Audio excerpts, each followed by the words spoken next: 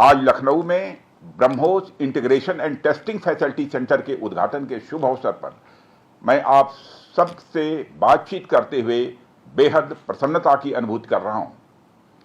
मेरी बड़ी इच्छा थी कि मैं स्वयं उपस्थित होकर आप सबके बीच मैं रहूं, आप सबसे मैं सीधा संवाद करूं, पर मैं क्यों नहीं आ पाया यह बात आप सभी जानते हैं।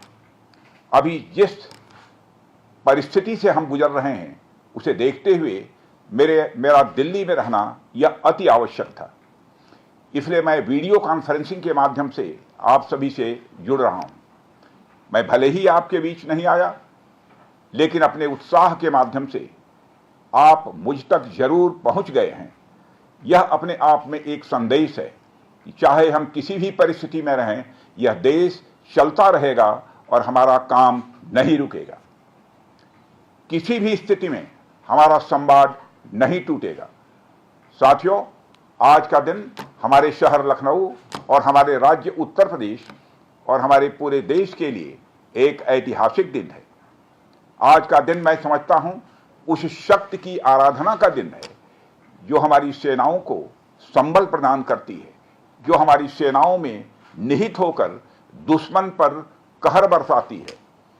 आज का दिन मेरे लिए व्यक्तिगत रूप से बहुत ही महत्वपूर्ण है, क्योंकि मैंने अपने शहर लखनऊ के लिए एक सपना देखा था कि मेरा शहर भारत के डिफेंस सेक्टर को मजबूत करने में एक बड़ा योगदान दे।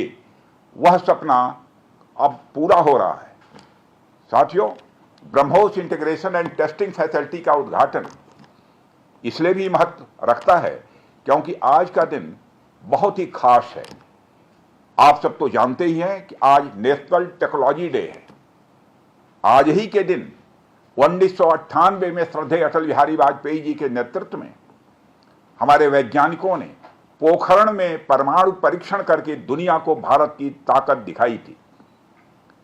और वह परीक्षण हमारे साइंटिस्ट, इंजीनियर्स, डिफेंस पर्सनल और कई अन्य स्टेक होल्डर्स के अथक प्रयासों का ही परिणाम था।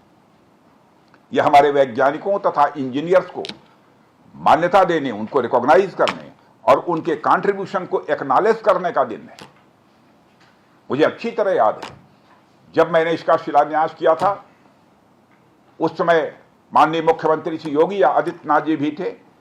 उस दौरान मैंने यह इच्छा जाहिर की थी कि जितनी जल्दी हो सके इस प्रोजेक्ट को पूरा कर लिया जाए। और मुझे यह देखकर बेहद खुशी हुई कि आप लोगों ने मेरी भावना का सम्मान रखा और महज 40 महीने में इस प्रोजेक्ट को पूरा करके दिखाया। आज हमारे आसपास जैसी परिस्थितियां हैं उसे देखते हुए यह बेहद जरूरी हो जाता है कि हम अपने लक्ष्यों को ऐसे ही समयबद्ध तरीके से पूरा करते रहें। इस मौके पर मैं उत्तर प्रदेश के माननीय मुख्यमंत्री श्री योगी आदित्यनाथ जी का विशेष आभार प्रकट करता हूं। यदि इतने कम समय में ब्रह्मोस की इंटीग्रेशन एंड टेस्टिंग फैसिलिटी की स्थापना हो सकी तो इसके पीछे योगी जी का बहुत बड़ा योगदान है। मैं डीआरडीओ, हमारे वैज्ञानिक, हमारे इंजीनियर्स और इस प्रोजेक्ट से जुड़े हर व्यक्ति और संस्था को मैं हृदय से बधाई देता हूं। आप लोगों ने दिन रात मेहनत करके इस इंटीग्रेशन एंड टेस्टिंग फैसिलिटी को खड़ा किया है। देश भर के वैज्ञानिक, इंजीनियर्स और युवाओं का योगदान हमें इस फैसिलिटी सेंटर में देखने को मिलेगा। मैं आपकी मेहनत और लगन को नमन करता हूं। साथियों, हमारी सरकार जब उत्तर प्रदेश में डिफेंस कॉरिडोर के विजन को लेकर आगे बढ़ी थी तो उस समय हमारे सामने अनेक बड़े लक्ष्य थे। उन तमाम लक्ष्यों में से हमारा एक उद्देश्य यह भी था कि हम उत्तर प्रदेश को एक बार फिर देश के प्रोडक्शन सेंटर के रूप में डेवलप करें। यूपी डिफेंस कॉरिडोर लखनऊ सहित कानपुर, झांसी, चित्रकूट, आगरा और अलीगढ़ से होकर गुजरता है और ये सभी नोड्स आने वाले समय में विकास के नए केंद्र बनकर उभरेंगे।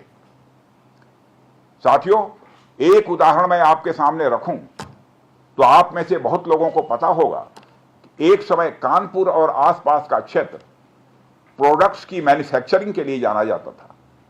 आर्थिक रूप से यह क्षेत्र बहुत ही समृद्ध था। इसे मैनचेस्टर ऑफ द ईस्ट कहा जाता था। लेकिन आजादी के बाद अनेक कारणों से आर्थिक प्रगति की राह में यह क्षेत्र पिछड़ता गया और कहीं पीछे छूट गया।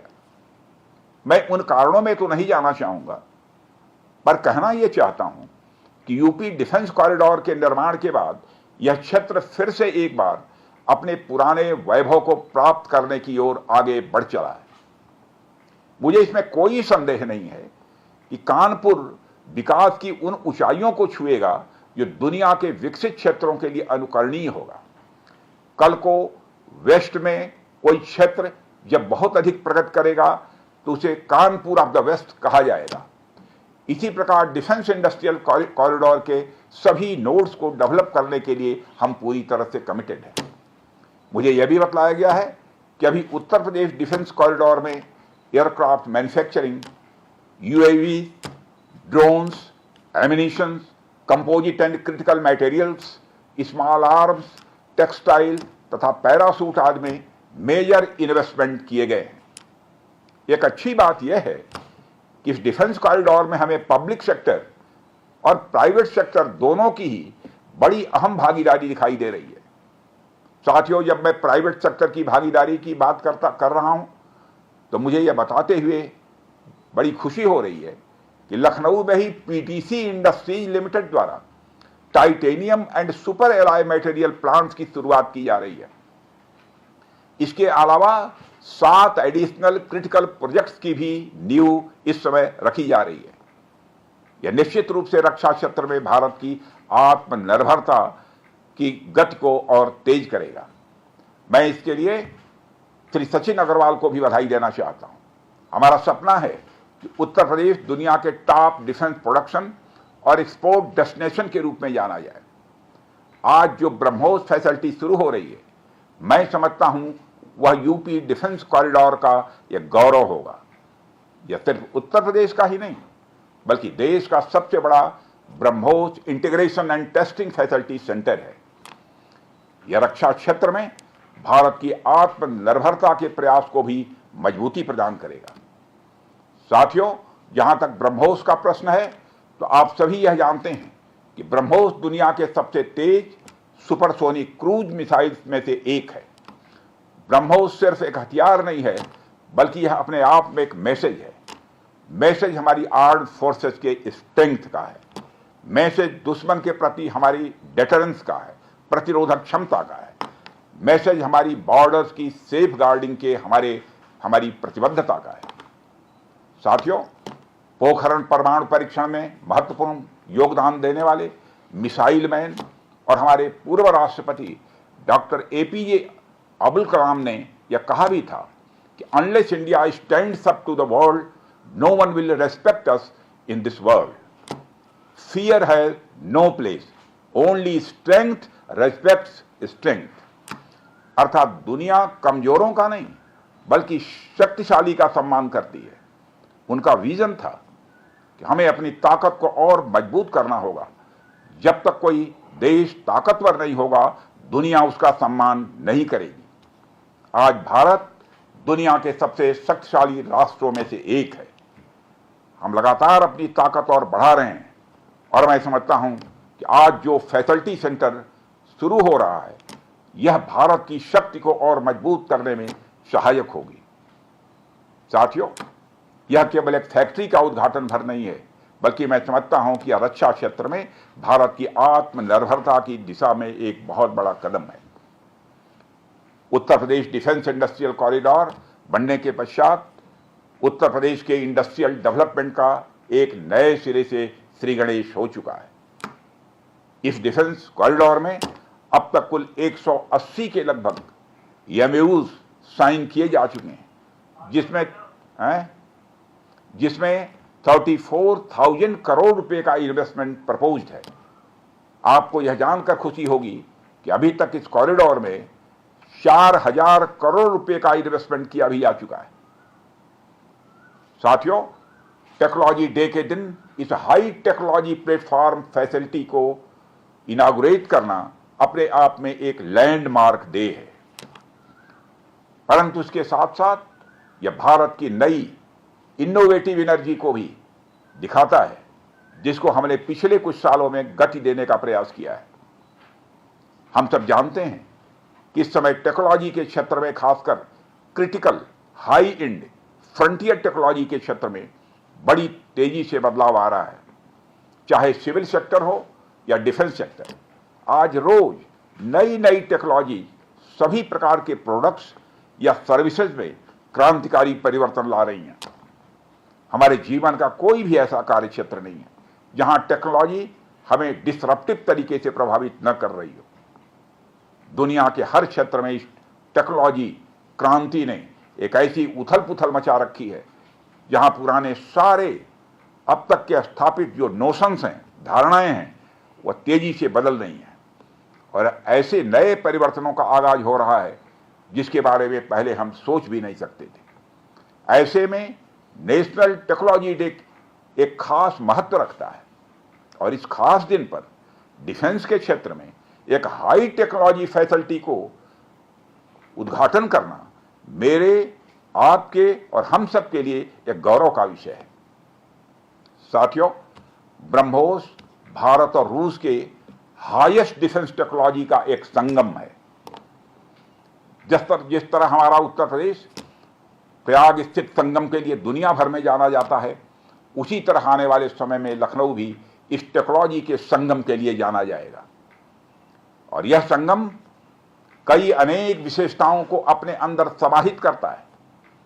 आने वाले समय में यह रोजगार के सीधे यानी डायरेक्ट और इनडायरेक्ट अवसर पैदा करेगा। मुझे यह भी विश्वास है कि आने वाले समय में यह क्षेत्र एक ग्रोथ पोल के रूप में उभर कर सामने आएगा।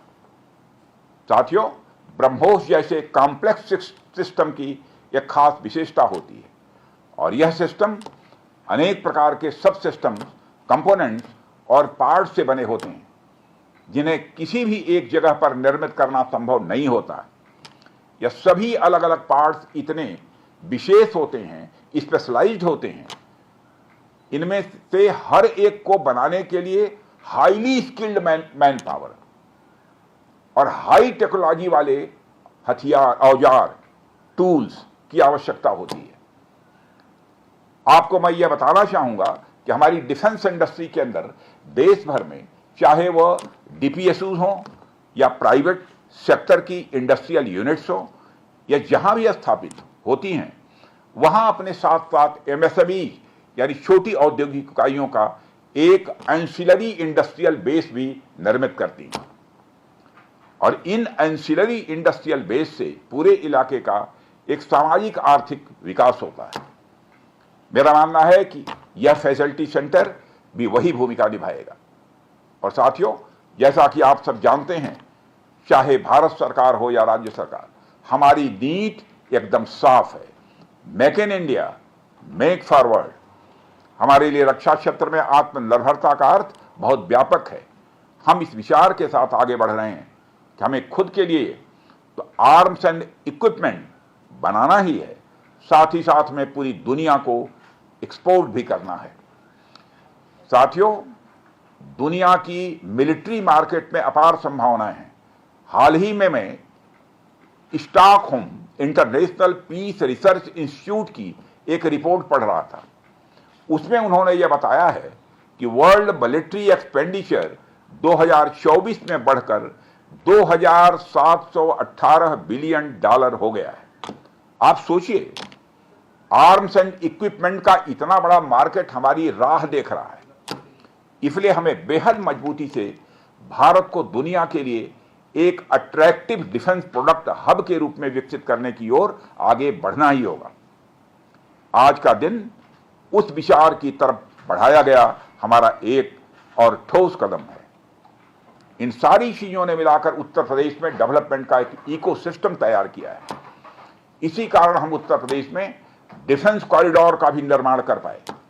हमने लखनऊ में डिफेंस एक्सपो का भी आयोजन किया।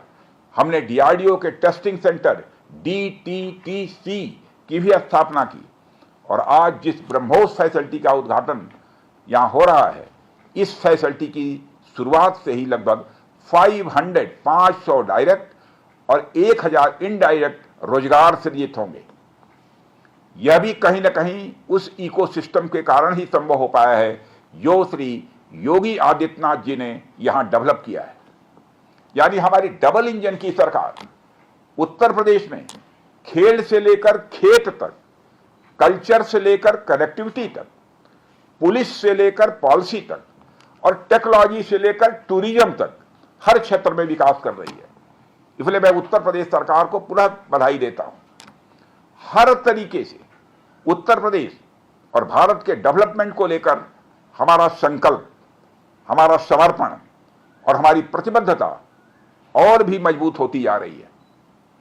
साथियों, 11 मई को पोखरण से जो आत्मविश्वास प्रारंभ हुआ था, आज लखनऊ में वह और मजबूत हो रहा है।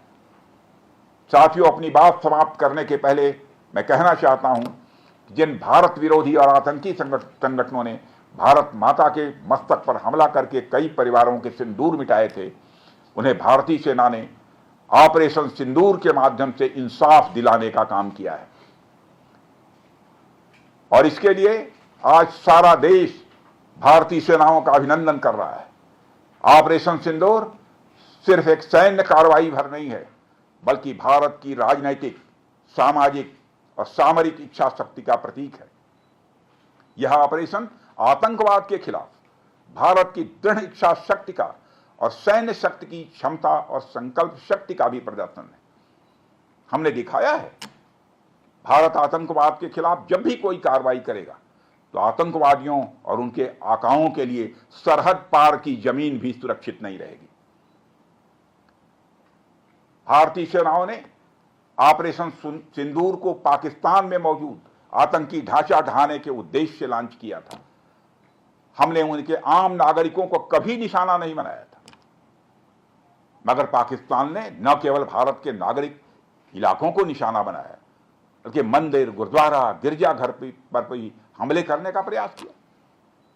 भारतीय सेना ने शौर्य और पराक्रम के साथ साथ संयम का भी परिचय देते हुए पाकिस्तान के अन्य ठिकानों पर भी प्रहार करके करारा जवाब दिया है। हमने केवल सीमा से सटे सैन्य ठिकानों पर ही नहीं कार्रवाई की, बल्कि भारत की सेनाओं की धमक उस रावलपिंडी तक सुनी गई जहां पाकिस्तानी फौज का हेडक्वार्टर मौजूद है। मित्रों, भारत में आतंकवादी घटनाएं करने और कराने का क्या अंजाम होता है, यह पूरे विश्व ने उरी की घटना के बाद देखा, जब हमारी सेना ने पाकिस्तान में घुसकर सर्जिकल स्ट्राइक की। पुलवामा के बाद देखा, जब बालाकोट पर एयर स्ट्राइक की गई, और अब पहलगाम की घटना के बाद दुनिया देख रही है कि जब भारत ने पाकिस्तान के भीतर घुसकर मल्टीपल स्ट्राइक्स की हैं। आतंकवाद के खिलाफ जीरो टॉलरेंस की नीति पर चलते हुए हमारे यशस्वी प्रधानमंत्री नरेंद्र मोदी ने स्पष्ट कर दिया है कि यह नया भारत है जो आतंक के खिलाफ सरहद के इस पार और उस पार दोनों तरफ प्रभावी कार्रवाई करेगा। यह हमारे प्रधानमंत्री जी ने स्पष्ट रूप से यह संदेश दे दिया है। मैं एक बार फिर से BrahMos integration and testing facility centre और इस प्रोजेक्ट में शामिल सभी स्टेक होल्डर्स को हार्दिक बधाई देता हूं। मैं साथ ही पीटीसी इंडस्ट्रीज लिमिटेड को भी उनके एम्बिशियस प्रोजेक्ट पर हृदय से बधाई देता हूं। इन तमाम प्रोजेक्ट्स की शुरुआत पर मैं लखनऊ और उत्तर प्रदेश की जनता को भी बधाई देता हूं, जो इस ऐतिहासिक पहल का हिस्सा बन रही है। अंत में मैं आप सभी का आभार प्रकट करते हुए अपनी बात को समाप्त करना चाहता हूं, और आप सभी से मैं खेद भी व्यक्त करता हूं कि निर्धारित समय पर मैं इस कार्यक्रम में उपस्थित नहीं हो सका, लेकिन देर आया दुरुस्त आया। आप सबको बहुत बहुत धन्यवाद। जय हिंद।